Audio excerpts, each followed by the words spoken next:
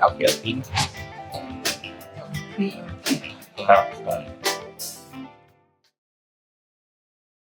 All right. Welcome into the show, everyone. Today, I am with a really good friend, an eccentric personality, and overall volatile human being. I'm joking. All jokes because she didn't hit me. Actually, really happy to find her on the show. It's a good friend, Derby, a.k.a. Sriracha. How are you? Good. How are you? Good. It sounded like you wanted to tell me something right there in the middle. I just feel like it's false advertisement to say we're really good friends. We're more like enemies. I mean, that's fair. I mean, the best of enemies are made because you were friends at some point. And something toward a son. I hate that you're lying to these people. You know you love me. Russell loves me, so that's all that matters. Today's going to be a fun episode. Derby's a friend of ours. We've actually I'm going to let you tell people where we met, but we're going to talk about her journey through roller derby, which is ironically also her name. Yes, that's true. Some other random fun facts about her and everything that she's gone through. So, Derby, what's new with you? How are you? I'm good. There's absolutely nothing new with me. I am very boring. People just think my life is exciting, but I have done nothing. I do nothing. I'm just here surviving. This is great start. Hey, where did we meet? Just so you can tell people a little bit about how we met, introduce yourself, and some of our mutual friends that might be listeners or friends of the show. Okay, we met playing Dead by Daylight. So my good friend Mel, who I met in roller derby, I found out during when everything shut down during the pandemic times, those dark times. I found out she was a gamer, and I am also a gamer. And she introduced me to the game Dead by Daylight and was like, yeah, I have these group of people that I play with. Great, lovely, beautiful. Some of those people in the group included G Virus. I don't know. Wait, am I supposed to call you Arthur? You can call me Arthur. Or G. I don't know. I call you G. So Arthur's weird. What? It's funny. You're not the only person who says Arthur is weird. Because it's your name, but it's weird. Yeah, no, you're 100% right. In my old job in football and it just coming up, at some point my nickname became AG, or then it just turned into G, and people call me Arthur. They're like, who? Yeah, so the G if you want. It's going to be G because it's not going to come out fluidly if I try and call you Arthur. Friendly to the show, I've been made fun of for just having a name that's not what she likes. Go on, ma'am. I like it. I like weird things. It's fine. So yeah, that was basically it. Basically, we met playing games. We met virtually playing DBD, and from that point forward, we became nemesis. What's that? Just singular. The reason why I thought it was an interesting story is because for the first 2.5 years of our friendship, we never physically met. And so I think we went to a roller derby match of yours here when you came to Orlando. Yes. Yeah. So, I mean, it was probably a good 2 years, maybe even more. And then you guys were able to pop in to watch me play roller derby when I was playing the team in Orlando. And the dynamic in person was the same. We were still very bullying each other and bantering back and forward. And I don't know, we just hit it off really quickly in person too. So I think that made us become even closer friends. And then we started playing even more games together. Nemesis. I just think it's always funny because you hear those stories about people who became friends online. I've been playing Call of Duty with this person for 10 years. And I've seen a trend online, especially on TikTok and Reddit, where people have been gamer friends for 10 years, get invited to someone's wedding, and then they become real life friends after knowing all these crazy things about each other forever and ever and ever. Yeah, I was at your engagement party. Yes, you were. You and Russell. When I visited Tampa, me and my fiance visited you and Russell. And we bored them to death because you and I spoke about just video games for about 2 hours. Yeah, well, mainly not about the games. We were just shit talking about the people we play games with, to be fair. Richie. No, it's one of the many. One of the many. Shots of Shin, shots to Gad, all of them. What's funny is that, like, Everyone was catching strays, to be fair. It is us. and what's funny is to this day, I've known Ravik in real life before I knew him in games. Like, Yeah. I know his real name. He's my best man whenever I get married. But there are times I catch myself slipping and calling him Ravik in real life. Like somehow his gamer tag has become much more synonymous with his identity than anything else. I think it's because of that digital friendship. Is that weird? Yeah. I didn't know his name was Kevin until like a month ago. So I had no idea. I think I kind of subconsciously knew because I remember going to your engagement party and like I'd already met a bunch of people in person because like a big group of you came to my roller derby games, but I had never met him in person. And I still don't know if I ever met him in person because I don't know what he looks like, but I probably did because I remember the name Kevin. Yeah. But I don't remember having a conversation with him, like, and anybody calling him Ravik or anything in that conversation. So I'm pretty sure we had conversation, but I didn't know that Kevin was Ravik. Like, I didn't know that those were the same. I got to look back at those pictures and see if there's a point where you're standing with each other. When I told people that you were going to be on the show and that they were at the engagement party, they're like, "Who? We met her?" I was like, "Yes." And then I showed a picture of you and Russell together. Like, "Oh yeah, that she does roller derby." He's like, "Don't let her small stature fool you. She's a very mean person. She'll kill somebody." I mean, I would probably, but like with good reason. It's such a like, yeah, I would. I mean, it wouldn't be like I wouldn't just be like I feel like murdering today. Like that's murder. But like if someone deserved it, maybe I'm defending someone. I don't fucking know. Like I will, and I will sleep like a baby. Here at Bourbon and BS, we do not condone reckless murder. No, it's not reckless. It's with a purpose. To protect your lives.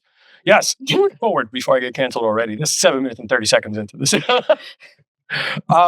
So today's drink of the day was so Cha-Cha is not someone who necessarily takes in alcohol on a regular basis. She is training for some pretty big events and she's trying to keep her body in tip-top shape. So we gave her the option of making a cocktail rendition of almost like a raspberry mule, but using nowadays. This recipe, use whatever spirit you want. I use whiskey. She used nowadays for the context of the show. It'll be 1.5 ounce of your preferred spirit, 3/4 ounce lime juice, 1/4 ounce simple syrup, 4 raspberries, muddle them in a shaker tin, drop some ice in there, shake that, pour that into fresh ice. You have to double strain it unless you want the little itty bitty bits of raspberry in your drink, and then top with some ginger beer. Super refreshing. One of my favorite drinks, especially now that it's getting warmer because Florida refuses to not be 108 degrees. It's fucking April. Yeah. Just wait until August and it'll feel like the devil's asshole, really. I hate summer. Every person that is, oh, I can't wait for summer. Fuck you. Fucking live. My mom just yesterday was like, yeah, oh, it's hot outside. Not that I'm complaining. I love the heat. And I'm like, I know. That's why I live here. And my life is miserable. Thanks. I appreciate it. Every damn day that it gets slightly warmer, I'm like, this is what you guys wish for. This is what the fuck you Floridians ask for. I'm out here just trying to enjoy my cool weather. Nah, can't do that. Nope. Although it has been like cool consistently later into the year. Like, I mean, it was chilly like just a week ago. And traditionally it would be hot by mid-April. Fucking yeah, that has been one of the blessings of global warming. I mean, nothing. Hey guys, so we quickly touched on what is science? What is science? You're a whiskey show. That's not what we're here for. Bourbon and Nerds is later on. So we briefly touched on you doing roller derby and this whole peak physical fitness journey that you're on. But tell us about roller derby for those who are uninitiated and just think that roller skating is just fun and pretty. It is fun. It is not pretty. I am not graceful, but it's kind of difficult to explain. Try. But I'm gonna try. No, it's hard to explain, but essentially it is a full contact sport that is on skates. So a lot of people remember roller derby from like the 70s that has a bank track, and you're basically doing just laps, basically. It's like a race, right? Mhm. It does look a little bit different now. It is on a flat track instead of a bank track, and it is more aggressive, and more like the teamwork is definitely more hardcore, and aggressive. And so basically, there are two positions. There are blockers, and then there's what's called the jammer. And the jammer is the one racing around the track, while the blockers are pretty much stationary in this style of roller derby. Not fully, but like they tend to stay together, because of the rules. But anyway, it's complicated, but basically it is a sport where every time the jammer passes someone on the other team whilst doing these laps, they get a point. So the mission as a blocker is to stop the jammer from passing them in any way, by any means available to you, which means with your body. So, yeah. It means with your body. Not with, by any means, no weaponry like that. Yes. So we're not Mad Max over here, but close. Yeah, I've seen it in action, and there's some spills that happen. I mean, some people look like they're flopping, but that's not here right now. Okay, LeBron. Right. So, what position is it that you play?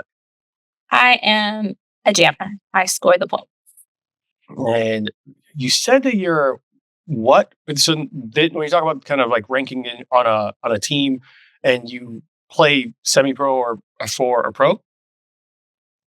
We don't use that terminology, but I am like on a AA level team. So yeah. Okay. Tell us about what the differences are in like AA versus anything else and all that. Yeah. So basically, if you are in a league, you can rank your team, your different teams by different levels. So there is C, B, and A, which is just what you would think it is. A C team is obviously like newer skaters that are new to like competing. And then a B level are the people that are kind of in between that are working on their skills to potentially move up to an A team. And because the skill difference is so high between leagues, and I'll give you an example in a minute, but because the skill gap is so high, they created a terminology which is called AA, which means if you are highly ranked, so we're about fifth in the region, in the Southeast region right now at Tampa Roller Derby.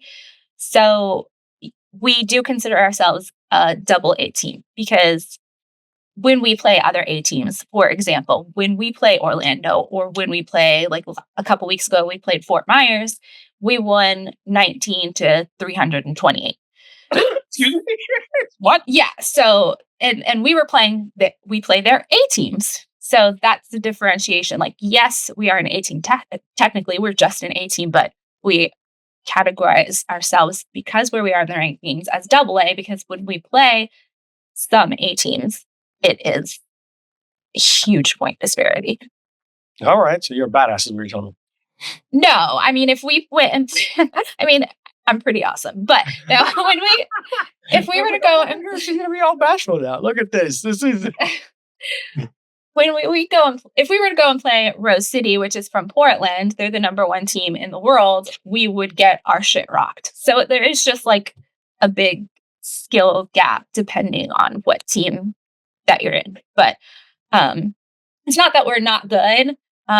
It's just obviously other teams are more well prepared for whatever reason. Maybe they have people who can train more. Maybe they have better coaches, like better strategy, all of that stuff. So, I mean, just like in any other sport, like everyone's a professional, right? Like someone off the street isn't going to come and compete with you, but there are people who are like really like win all the time. And then others who just consistently don't. Doesn't make you less talented or less of a professional. fair. All right. So how long have you been training for that? How long have you been competing in roller derby? Was this the first sport that you decided you wanted to do? Were you doing athletics and sports before that, or how was that road to get there? I have done sports in the past. I'm a very athletic person. When I was younger, I mean, would play sports in I was a gymnast. Sports ball. At one point, I played soccer, sports ball. When I was really young, I played soccer. You know, You were a like I said, gymnast? yeah, in like middle school and early high school. And I also did like cheerleading, but not like the, hey, we cheer for football. Like I never cheered for a sport. It was like, the ones that do tricks and the competitive ones that do all the crazy shit. That's what I did, which makes sense for who I am. Like I would hope. Because I don't really imagine you walking around saying sports ball. Sports ball. So that was when I was younger, but I've always been pretty like athletic. Like I learn physical things very quickly. Different whatever sports. I have good hand-eye coordination, just naturally. Like I remember the first time I went to a shooting range, like I was pretty much able to get very close to bullseye very fast. Just pick up this. I know that. I did not know that you went shooting before. Yeah, at a shooting range. Never mind. So this Nemesis thing is a little bit more dangerous than I realized. I mean, I don't shoot. I have a compound bow, so I am still armed and dangerous.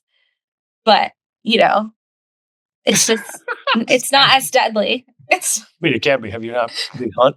I mean, I'm not Katniss Everdeen or anything, but I do have a compound bow just for fun. Like I love animals. I'm vegan, as you know, so I am very much pro all sentient beings. So I would never hurt animals. People maybe, but not animals. That's fair. I do like dogs, but I don't like people. So, all right. So you did these sports. You did gymnastics. You did cheerleading, and you were naturally athletic. When did you decide to throw on skates and tackle through people? Like both all these other sports seem fun, but there had to be some kind of step into. You could just show up one day, throw on roller skates. It's like, who can I hit? How'd you get into roller derby? I just found out about it like by happenstance, essentially. So the quick version is I was, my ex-boyfriend from obviously way before, a long time ago, because I've been with Russell for 11 years, is an audio engineer. Oh, thank you. He's an audio engineer, and he did the sound system for where they were skating. And it went down before a game. So, and we were going to dinner, and they were like, they needed it pretty quickly. So we just stopped by there so he could fix it before we went to dinner, and they were practicing. They happened to be practicing. And so Diddy, who's still on the board of directors, she's on the board of directors with me, was the president at the time, and walked over to me. And she's just a very like outgoing and social person, and will talk to everyone, very much unlike myself, and was like, hey, what's your name? Like, you should come play roller derby. And I was like, my name is Derby. I have no idea what you're talking about. And she was like, oh my God, your name is Derby. No, you absolutely have to. When she heard your name, she's like, that's it. There, Jersey. That's it. So unfortunately, that was like 6 years before I actually tried it, because sadly, I was in a relationship that was not super happy. So I didn't have a lot of confidence. I wasn't very happy. It was just like one of those situations you find yourself in where you like,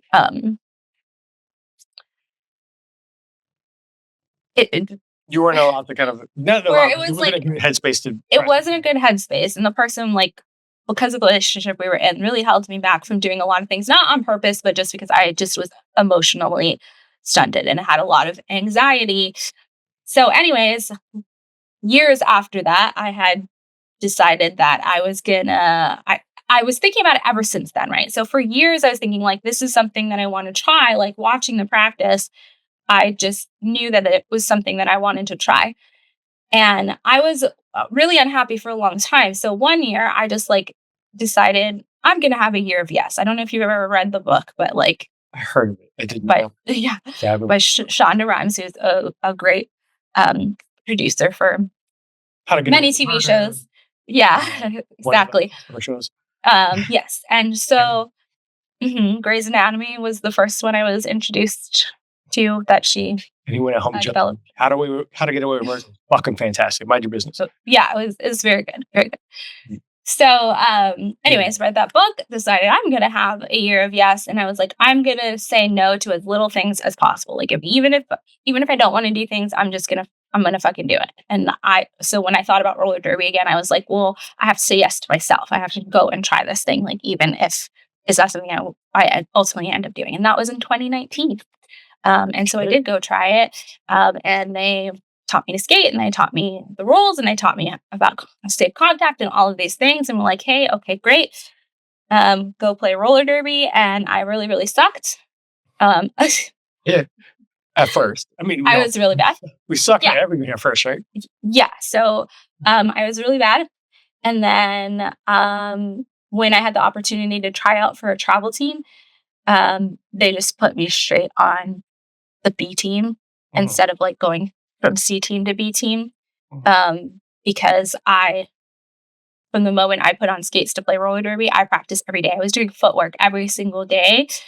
Obviously, you can't do contact without other people, but I was working every single day and would go to every open scrimmage. Like, I was doing all sorts of things. Roller derby turned into my entire life. And so I just got the opportunity to start competing basically in 2020. And before I ever played my first game, the whole world got shut down, and I didn't get to play roller derby until 2 years later. Holy shit.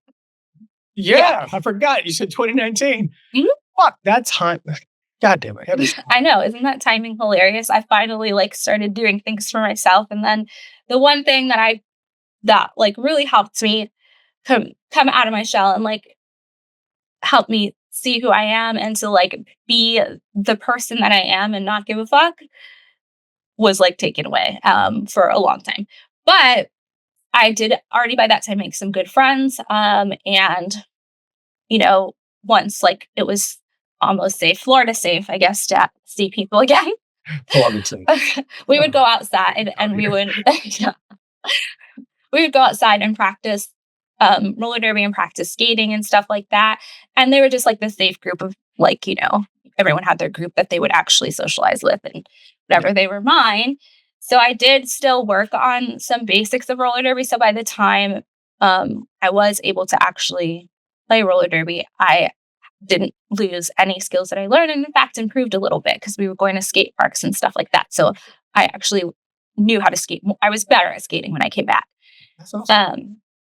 And then like I said, because I'm just like can naturally pick up athletic type things, I got an athletic trainer as soon as they put me on the A team, because when we came back, because of the skill level that I was and who was, I probably, if everyone that had come back, if everyone that was on the A team before had come back, I would have never been on the A team.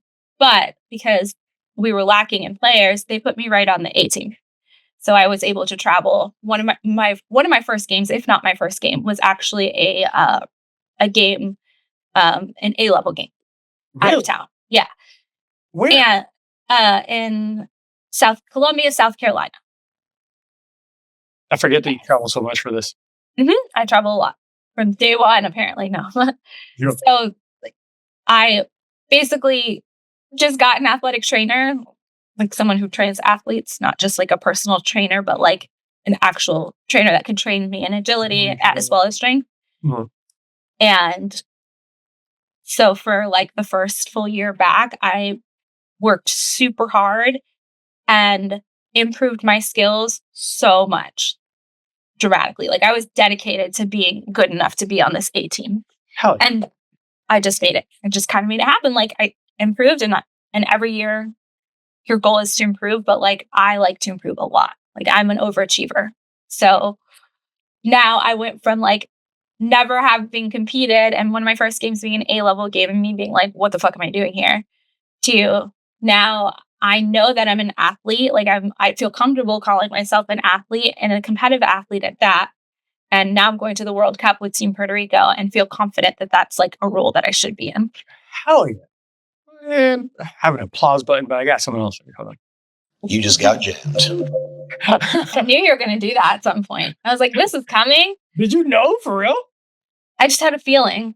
What? I had a feeling. I didn't know when you were going to do. I didn't know what was going to trigger it, but I just thought that's going to happen. That's it.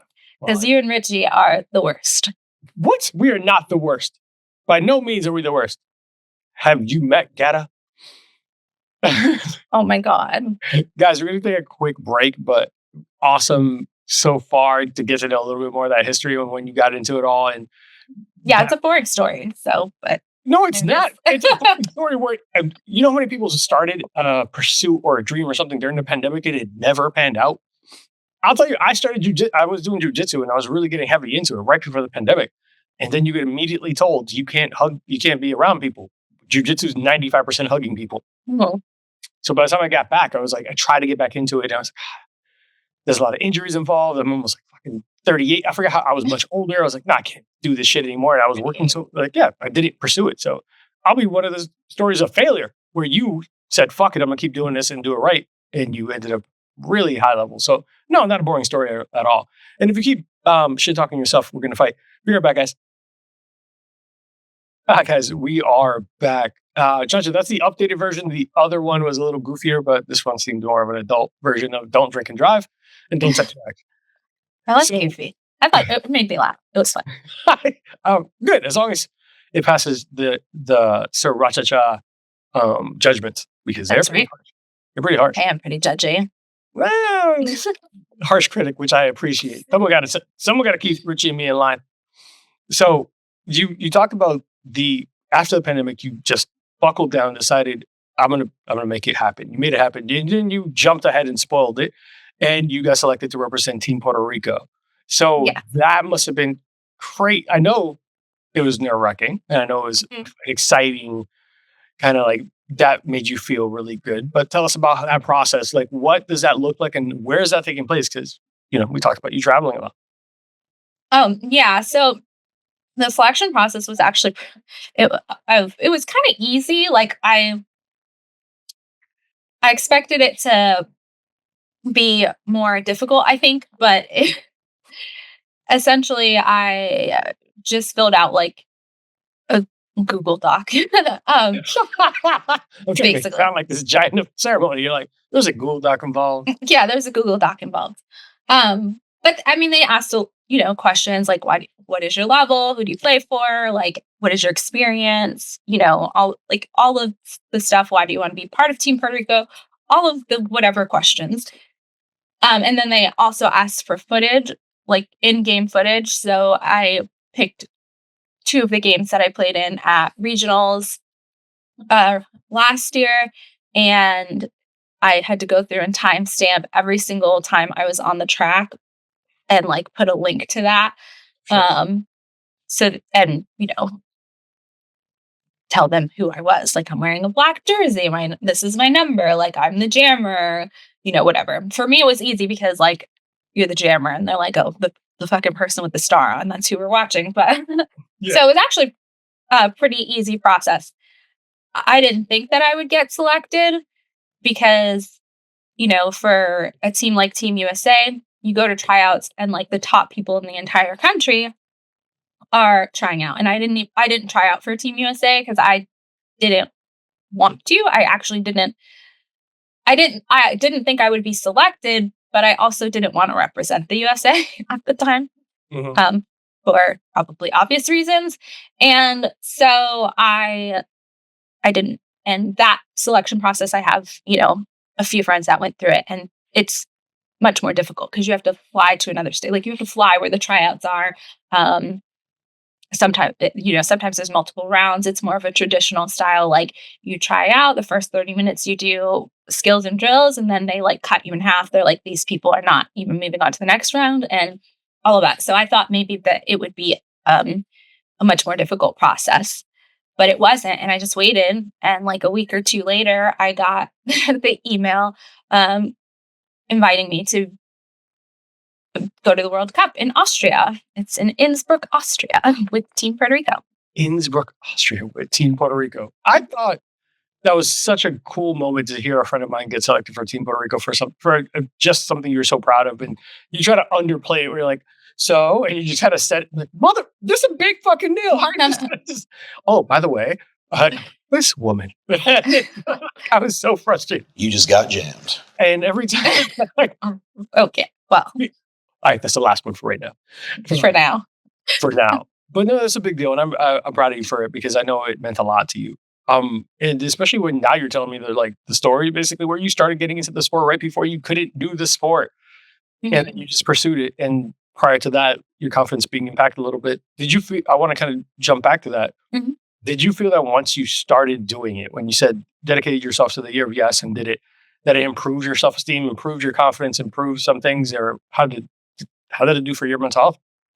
Yeah, it definitely did. Like it played a huge factor in me being able to appear like authentically, essentially, all of the time, right? Um, I am very good at masking because I'm ADHD, so it's super easy for me. And it just helped me come out of my shell and definitely improve my confidence. Um, I think it helps too, and I'm like, it's gonna make me kind of sound like a little bit of a dick, but whatever.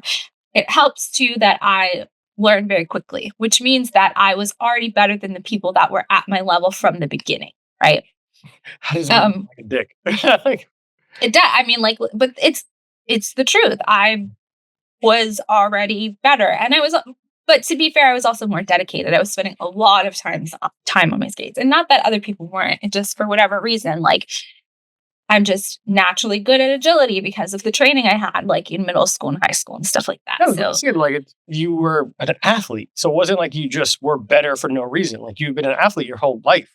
So yeah, you learned a new skill, but natural, like you had athleticism.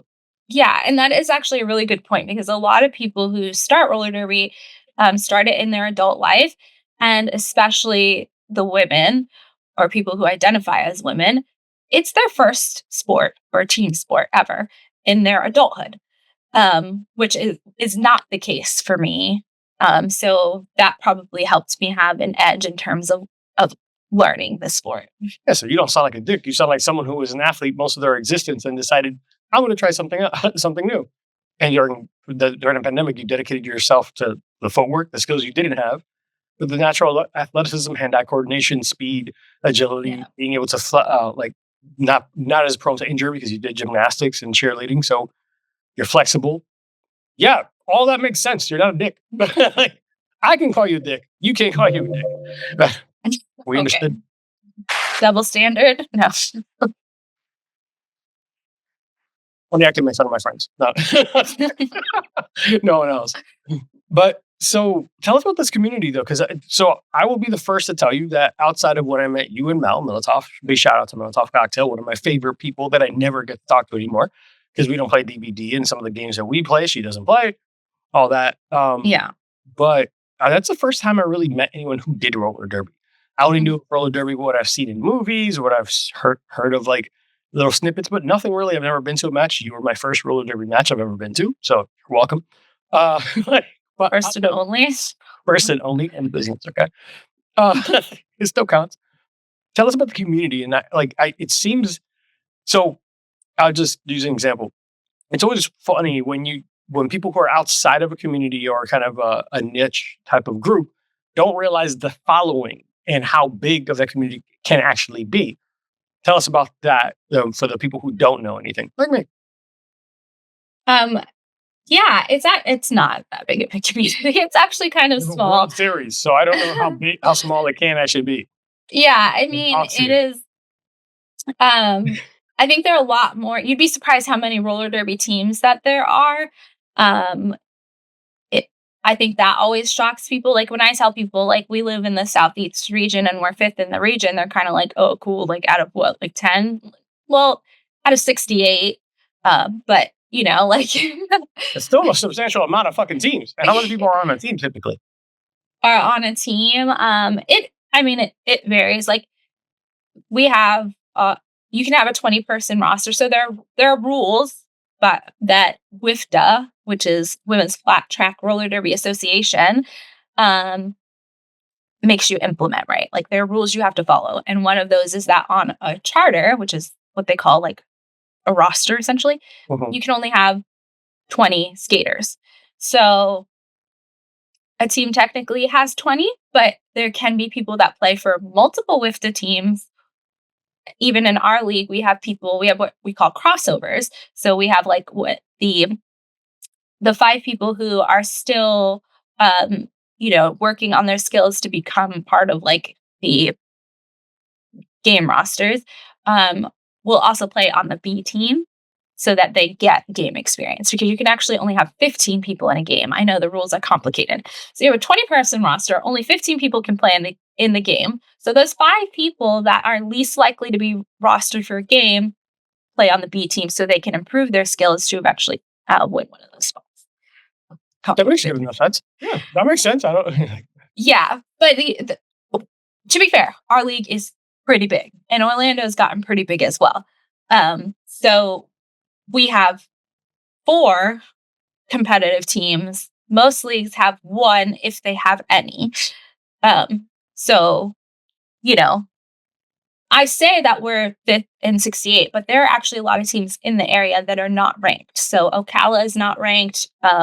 Lakeland's not ranked. So, I mean, we're kind of 5th out of a lot more if you consider those teams. I would, seeing as in they couldn't be good enough to get ranked. So, yeah. They exist. Yeah, they choose not to because you got to pay and stuff. But whatever. But still. But usually if you're not usually, but for these teams, I think it doesn't matter because they don't have a large enough league to kind of work towards being a top team that goes to regional. So they can just go play and these ranked teams can practice with them, but then they don't have to pay the extra fees to be, ranked. So. I mean, that's still pretty impressive. So 5th out of what could be 100 teams is still really impressive. So, but you said the community is small, but how, but then at the same token, there's a World Cup in Austria. So how big is the worldwide community then? Don't say it is don't say Mr. 305. When I say the community is small, I mean it's very niche, There's not a lot of people that know about the sport, or when they do know, they don't go see it. Like you said, you're like, oh yeah, roller derby's super cool. I had a lot of fun seeing it, but I'm playing stuff. Don't mind me. I'm just being crazy. But when you what are you doing? I almost spilled a drink on my keyboard. It's okay. But when you enjoyed watching it, you think it's really cool, you love hearing about it, but you only ever went to the one game. That's kind of what I mean by the community is small. But it is a global sport, and there are teams all over the place, and so many more teams than you would think that there would be based on the fact that most people have never even heard about roller derby. But it is very widespread. So the community we do have is very widespread. There is probably, I didn't count, but 30 teams going to the World Cup. Oh, shit. Yeah. And a lot of them are from, are based, I guess I should say, in the United States. Not a lot of them, but a good handful are, based in the United States, because you have Team USA, Team Black Diaspora, teams like Team Jewish Roller Derby and stuff like that. Those are all based, US based. So, yeah. So it says the United States is not where roller derby is most popular, but the United States has 848 leagues for its population of 322 million. That's 2.6 leagues per million people, while New Zealand has 29 roller derby leagues for its population. Okay. Yeah. So 848 leagues in the United States. That's a pretty solid sized community. It's probably more than that. I mean, it is more than that, because that's how many are in WIFTA probably alone, which is Women's Flat Track Roller Derby Association. But then you also have junior roller derby teams, which are a different association, and then open gender, which means men can play in the on those teams, is another organization. And then the ones who are not a part of either one, because they don't want to be in any ranking system. So there's probably more.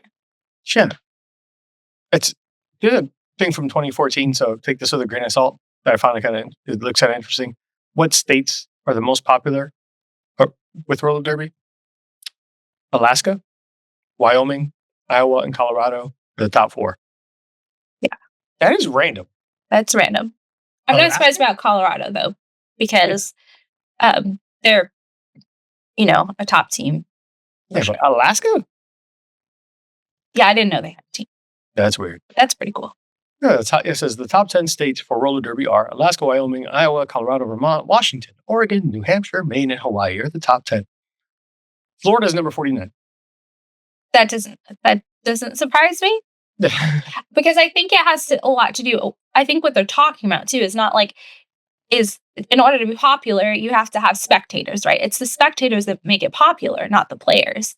And people here in Florida are terrible at like being fans of things. Like they can't be bothered, even for our baseball team and our football team and stuff like that. Like, Mhm.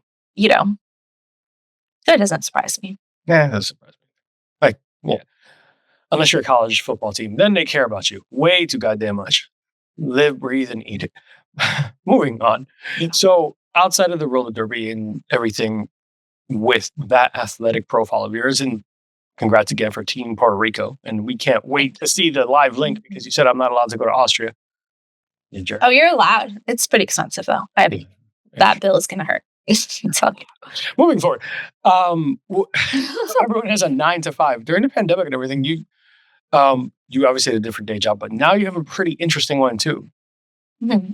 We're going to get to that when we get back from this quick commercial break from Aurora Fable, aka Shinobi's wife. So people stop fucking telling me that her voice is awesome. It's really awkward. Hi guys, we are back. Yes, I had to give that little piece of caution because more than once someone say, "Hey, so when is she coming back on the show?" Listen here, creeper. That is super creeper status, right? So weird. Especially because I treat her like a little sister / lamp. I call her. The running joke was always that she's like an inanimate object. Like I just pay her no mind. She's like, "What the fuck?"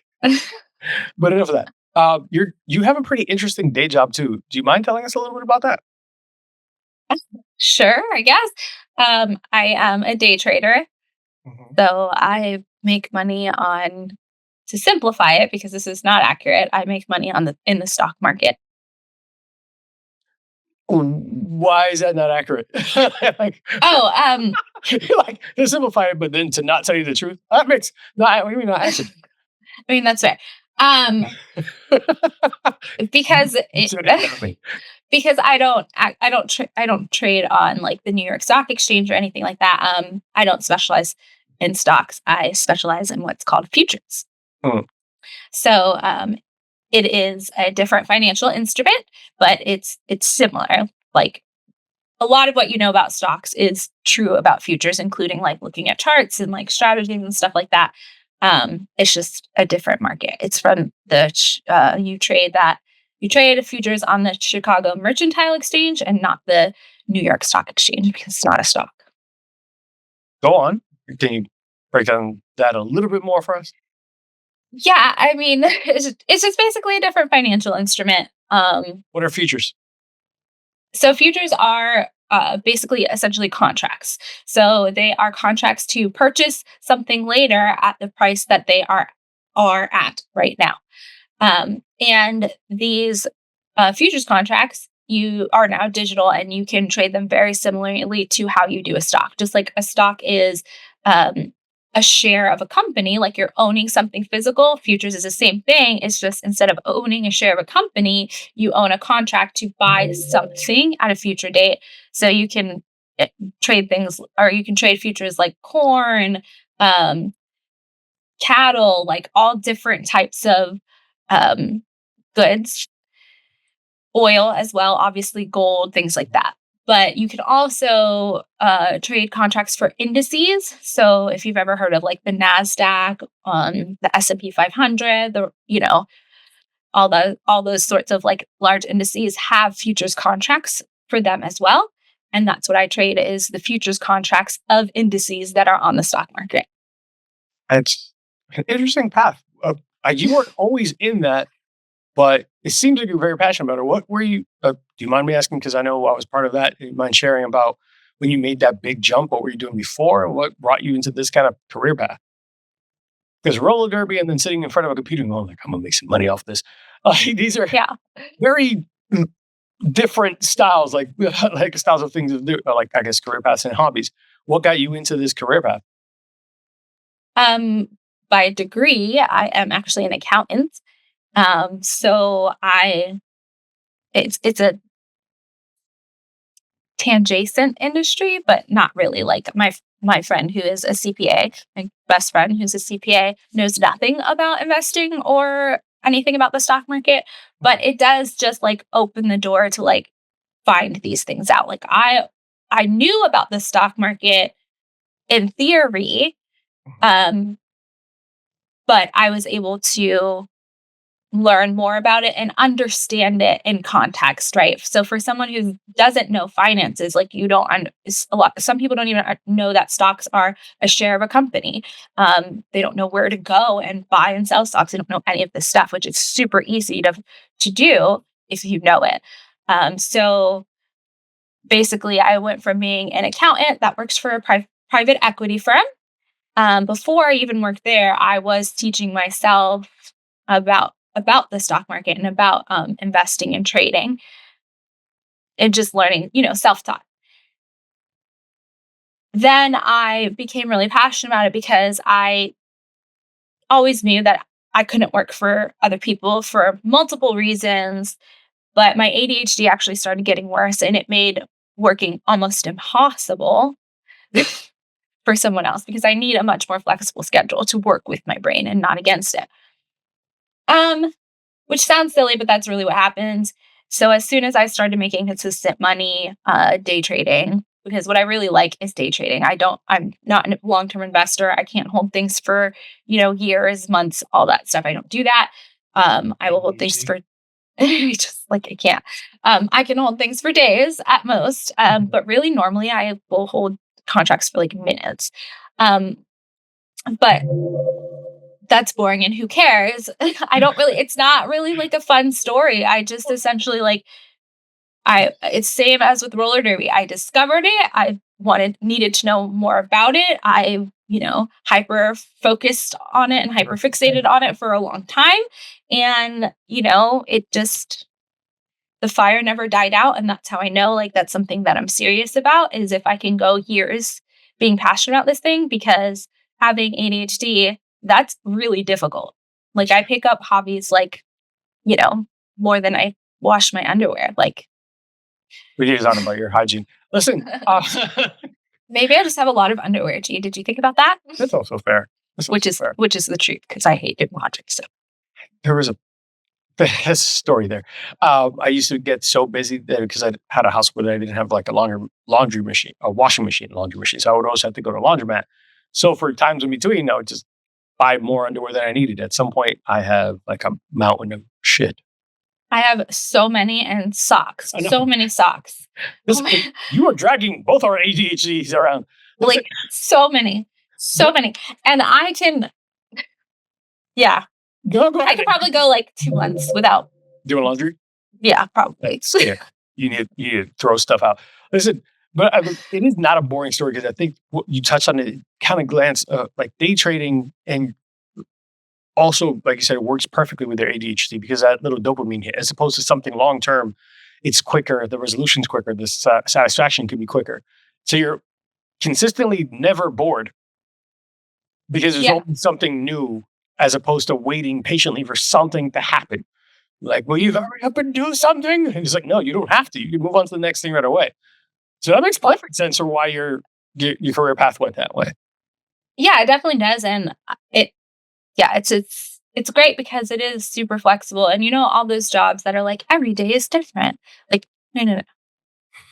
Every day is actually different. Like the chart's not going to tell you the same thing ever. Mm-hmm. So you do have to actively engage and analyze what's happening, especially for day trading, because things happen within seconds. Like sometimes I'm out of trades, literally in 3 seconds. It just depends on the day. So it does work really well with my ADHD brain. And I kind of found it I've not found it at the right time because it did take me 6 years before I was ever making, I think it was around the 6-year mark that I left my job, but I wasn't doing it in a way that made me consistent money or doing it consistently.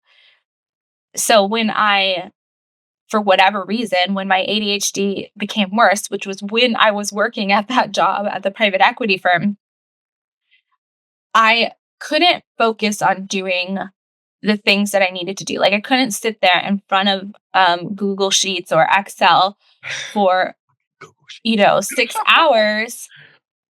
Mm-hmm. I just could, for whatever reason, I used to be able to do it and then I couldn't. I had to be medicated to do it all, any of that shit. It was absolutely miserable. It was a really bad time mentally for me, which allowed me to create a schedule for myself where I'm like, okay, I'm going to do these work things from 11 a.m. on, but I am going to spend the early part of my morning, investing in myself and learning to trade more, like learning more about trading and being able to be financially successful at it.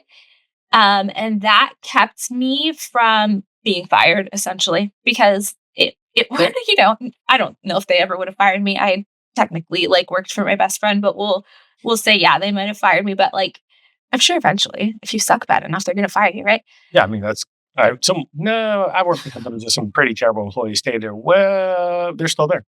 Yeah, that's true. Sometimes that happens too.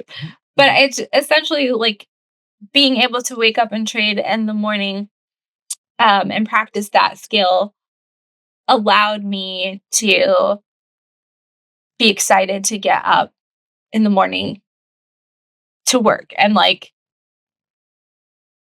when I realized that, I was like, well, I need a change. And I think that this is what I want to do, for the rest of my life to make money.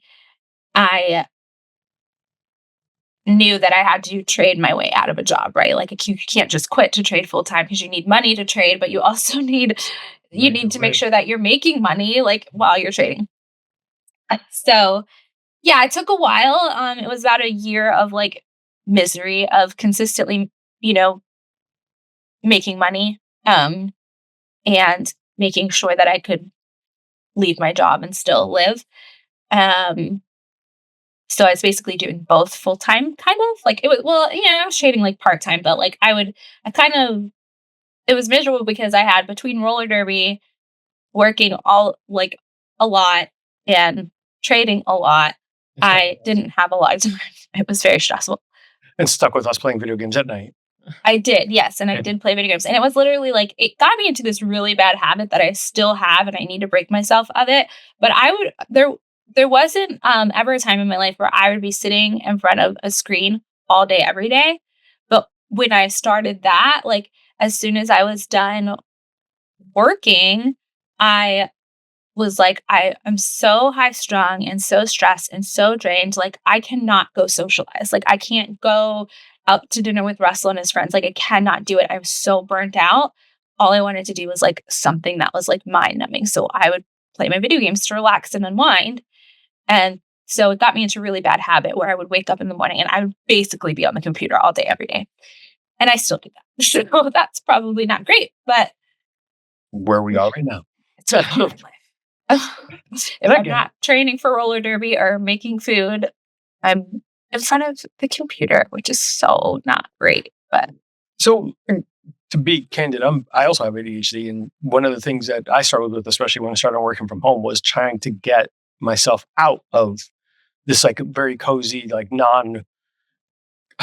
non-social space. So I completely understand it. When at least for me, and I don't mean to speak for you, but finding that athletic output for your energy and that kind of lets you go into almost I'm so dumb.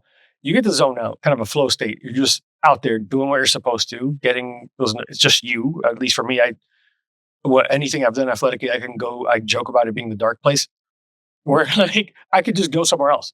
I could shut it off. I could not hear a bunch of I need to do this and do this and do this and do this and do this, and it's just for anywhere from an hour to 3 hours a day. Whenever I was doing whatever athletic. I don't know, whether it was jujitsu, whether it was MMA, whether it was CrossFit, whether it was weightlifting, I can go somewhere else and it felt relieving.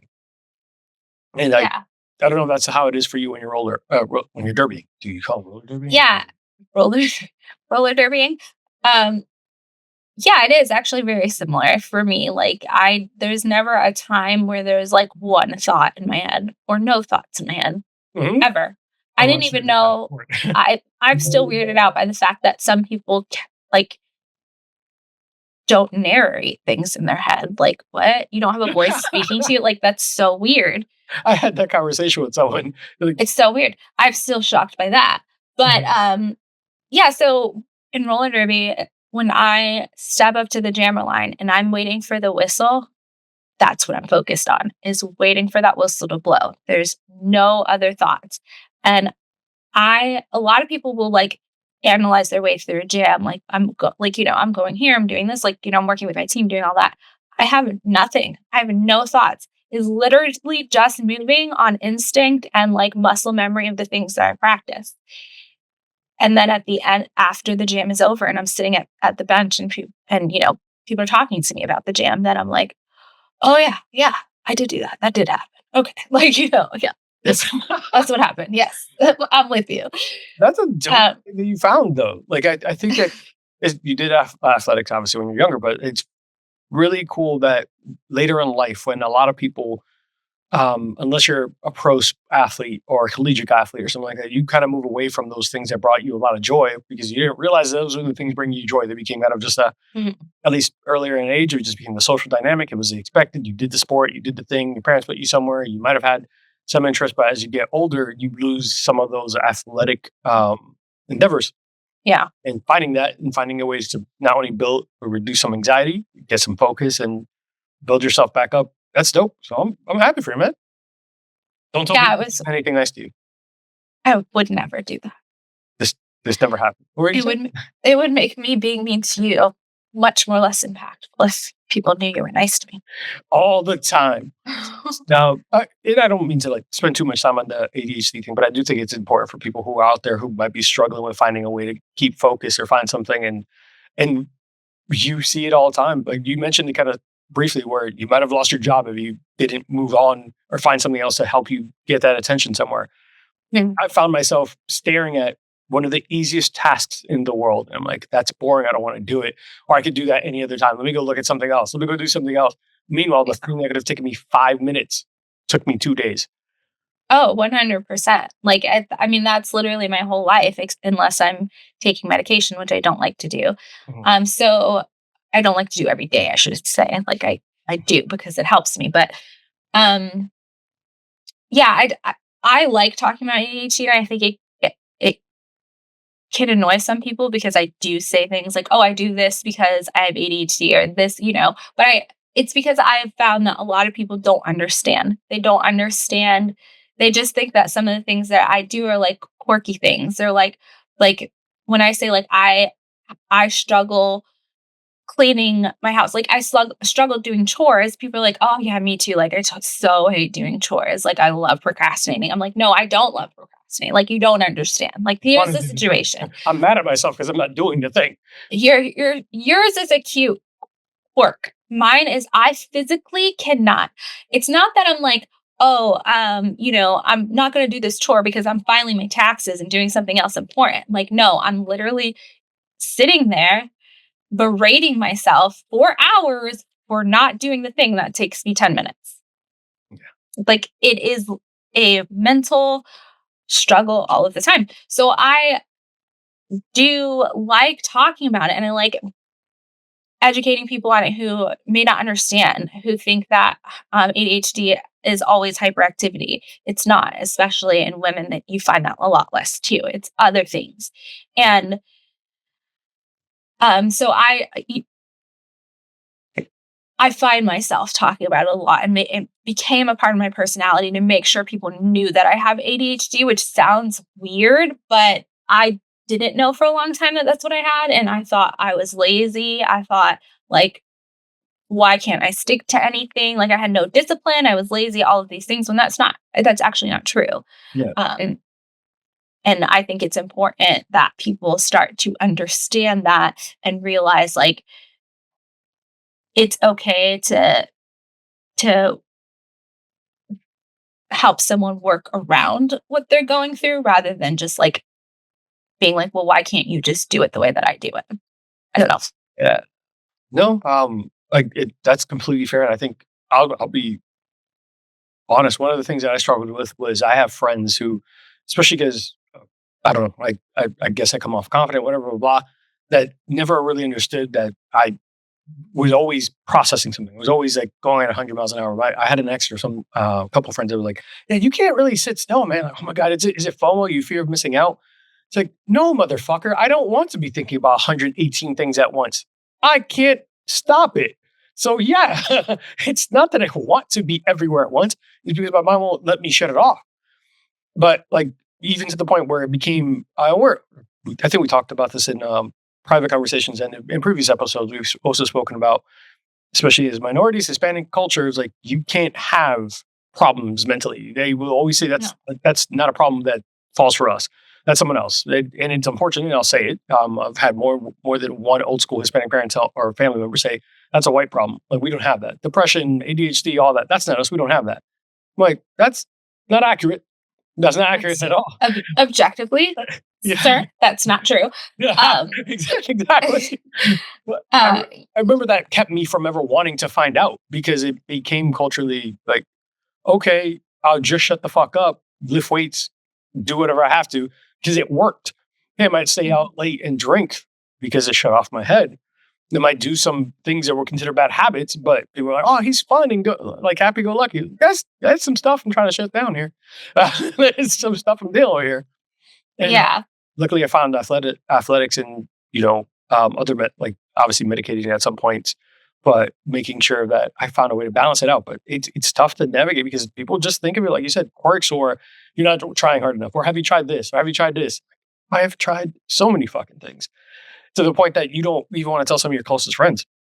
Hell, there's some close friends that are probably listening to this episode for the first time that are finding out that I was diagnosed like 6 years ago, because I finally took the steps, because I have a loving, supportive fiance that's like, if you're not feeling okay, go talk to someone. Yeah. And that's hugely important, is to have people around who like would support you through whatever. And because I did spend a lot of time thinking that therapy or getting help or doing any of these things are like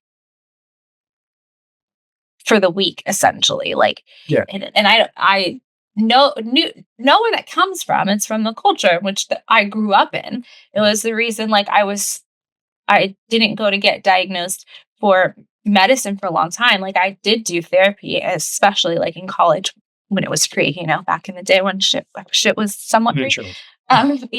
When insurance did anything. So I did go to therapy and do all that because of some of the things like the depression and anxiety, and I was in bad relationships and all of this stuff, like all of that, like the therapy portion, cool. But I was adamantly against getting meds for mental problems because of the culture that I grew up in, because they don't believe in that stuff. Like, that says no, that's mental problems are fake, essentially. Like, I remember having a couple of nights of insomnia. Like I was much younger. I was like 24, 25. Couldn't sleep. Couldn't fall asleep until like literally my body was exhausted and fell asleep. And the dumbest thing was, not dumbest, the most frustrating thing, I can't say dumb because they were well intended, but in my head, I'm like, really? That I trust me and try it. They were like, oh, create a sleeping ritual and, turn off your phones. And the problem really is that, like, what you need is to start eating better, all this stuff. Was like at that point, all right, cool. I'm at 9% body fat. I'm eating really, really clean. Still can't sleep. I'm being athletic and running around doing all these things. Still can't sleep. If I'm sleeping, I'm not sleeping through the night. All right, cool. I am not staying up late. There's no TV that's on in my room. I'm doing all the things. I'm like, do you think I haven't tried any of those fucking things you just listed? Oh, yeah, I don't take advice from people who don't have ADHD anymore.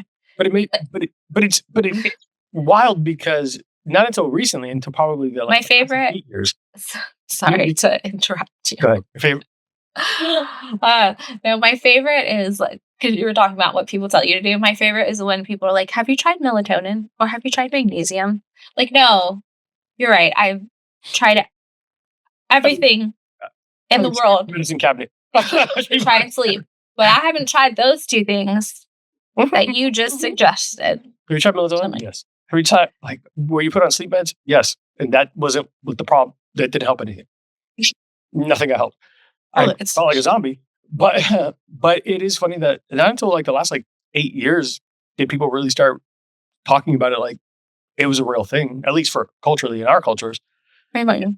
It became a lot less taboo to like, hey, this is like real problems people are dealing with. Hey, this is not just someone who fidgets and runs around and is really, really energetic. This is not something that could be solved by discipline or whatever. It was like, oh, thank God. Around the same time, nerds started becoming very much more acceptable. I was like, thank God, someone else isn't going to have to deal with it. But it does make it easier to talk about. So I'm happy that you're willing to talk about it. I think that's one of the things you and I get along with and talk about often, where you'll have moments where like, yeah, and you're like, oh, I'm sorry, it's my ADHD. I was like, I know, it's fine. It can happen. Anyone's not going to judge a single thing that just happened. It's me. You can keep going. It does make me feel too, like, I don't know if you feel this way, but it makes me feel like I have split personalities. Mhm. But every version of myself is me showing up authentically. It's just that some days I'm like super like chatty and and like more hyperactive and whatever. And then other days it's a struggle to get my words out and I sound like I want to murder you. Like it's just like it's I don't know. I just sometimes feel. Gata makes a comment about it. That I either love something, like I'm just either one of the most cool, relaxed, nothing bothers me type of person, or then there are days I just hate everything with a blind fury. And I have like I don't have like bipolar disorder. I have family members who do, but it can come off like that sometimes, depending on how the vibe is. I'm like, no, I'm still very happy. Just that one thing you said right there, for some reason, in the wrong day, did not land well. Don't do that again. Please don't. Mm-hmm. But it's something we work on every day, get it a little bit better.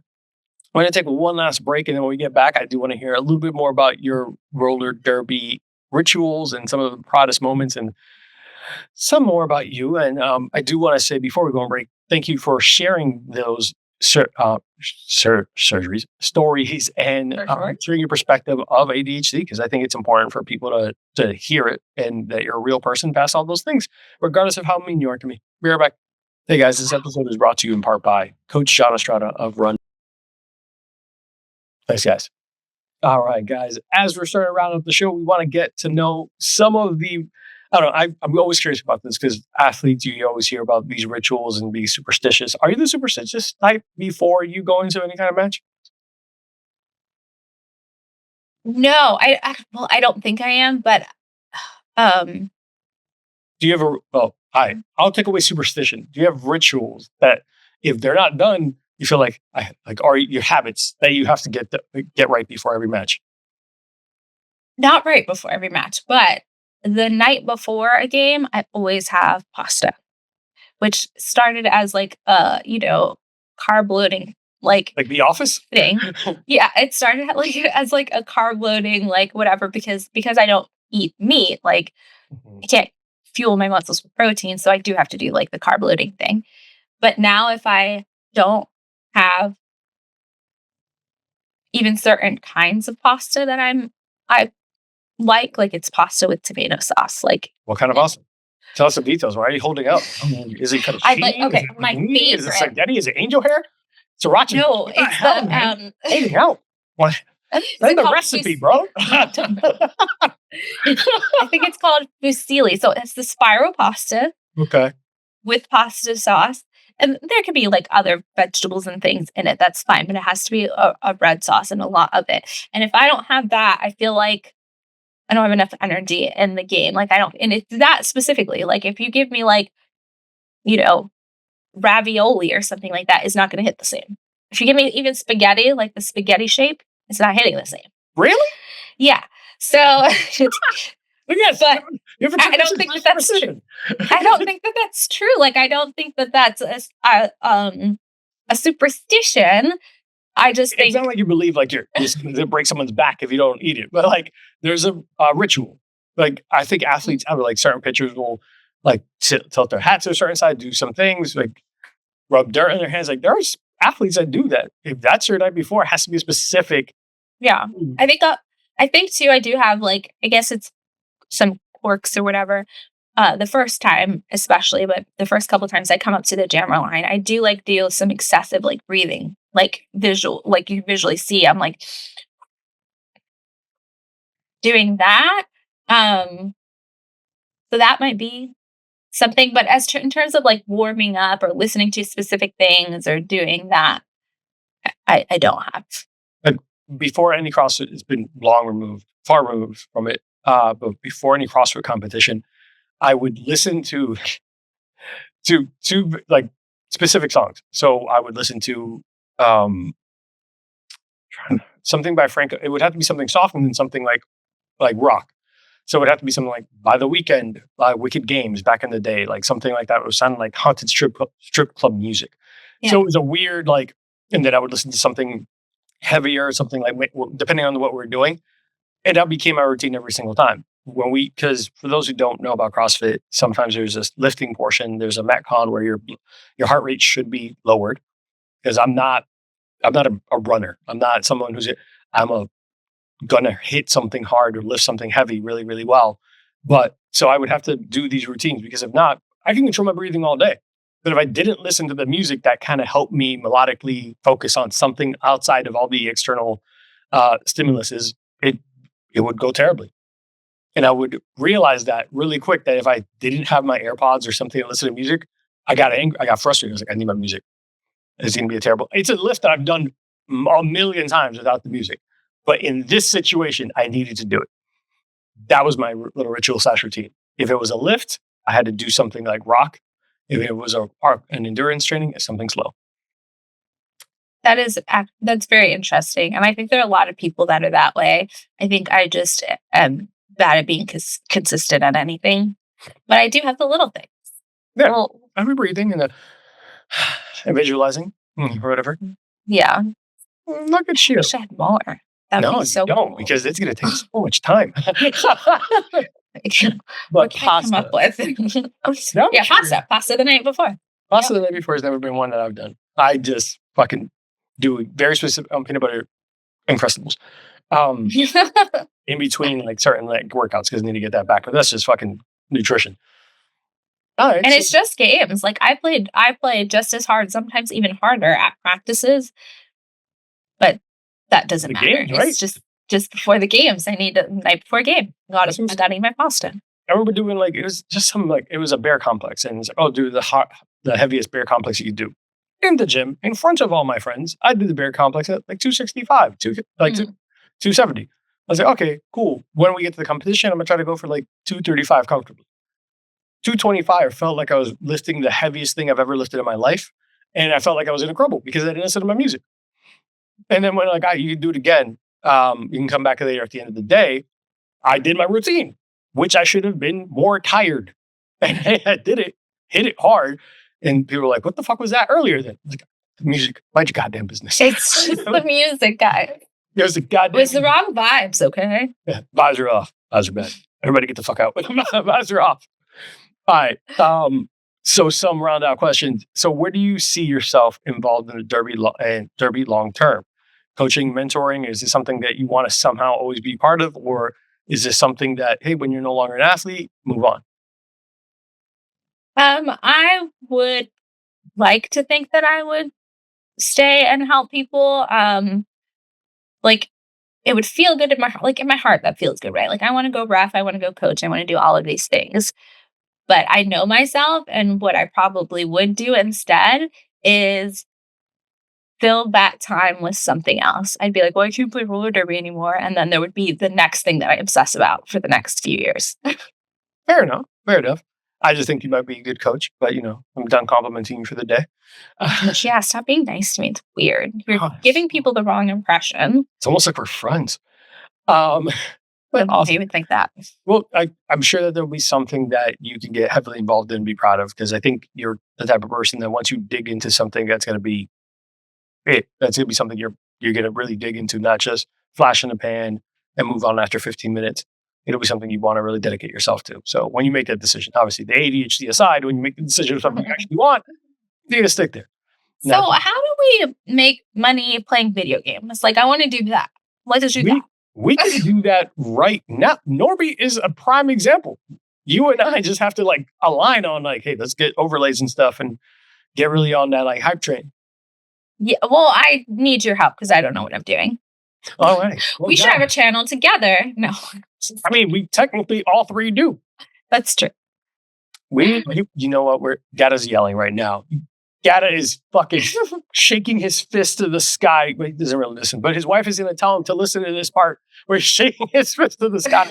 But I tell him to be more fucking consistent. He had a bunch of viewers.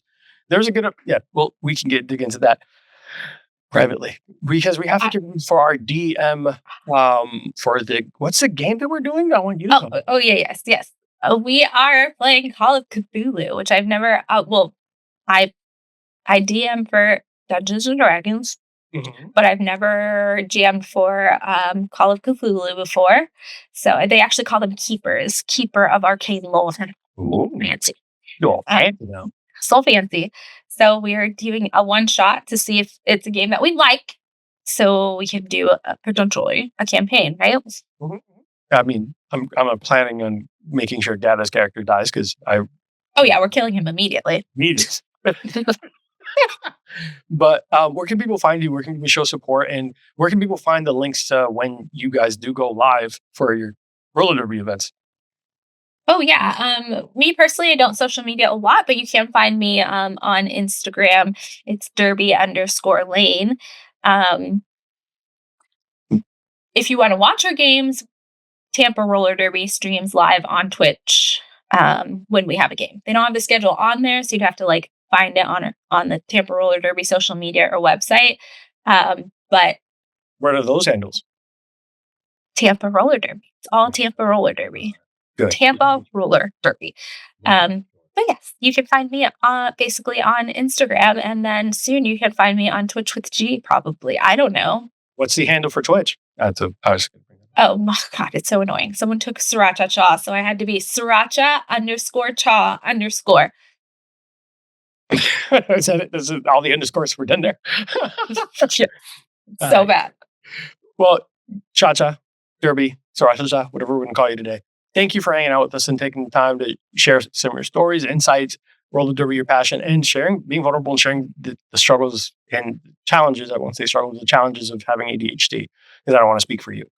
It's a struggle, and it is challenging. Yes. Man, we got to do another episode because I really was not entertaining enough. We talked about only serious things. Fuck this shit. We could be goofy one of the nights that you could drink and have fun. We'll do a live happy hour with me, you, Data, and some of the people. Better? Yeah. Put show notes and information and do little games. We'll do that as part of the live stream. Yeah, there's going to be games. Guys, if you like what we're doing, make sure that you're tuning in every week. We release episodes every Friday at Bourbon _and_BS on Instagram and all our social media. For the time being, we have decided the date for the soft relaunch where you will be seeing a new name, new brand, but the same old fun. So this way we could be more marketable and your boy can make some money off this and maybe one day leave his job. Starting June 1st, we will do the full rebrand. So looking forward to it, guys. I appreciate all the love, support. If you're enjoying the drink videos, if you're enjoying what we're putting out, make sure you like, subscribe, share with your friends, share with your enemies, share with your ex-girlfriend when she texts you at night saying that she misses you, or your ex-boyfriend, whoever is calling you. Say, here, check this out. And once you get caught up, then we can talk. Use me. Use you? That's you want to rephrase that? No. Use my show for the commercial that says don't text your ex. There we go. That's send it to them. Guys, take care of yourselves. Be safe and see you next week. Bye. I'm in bed.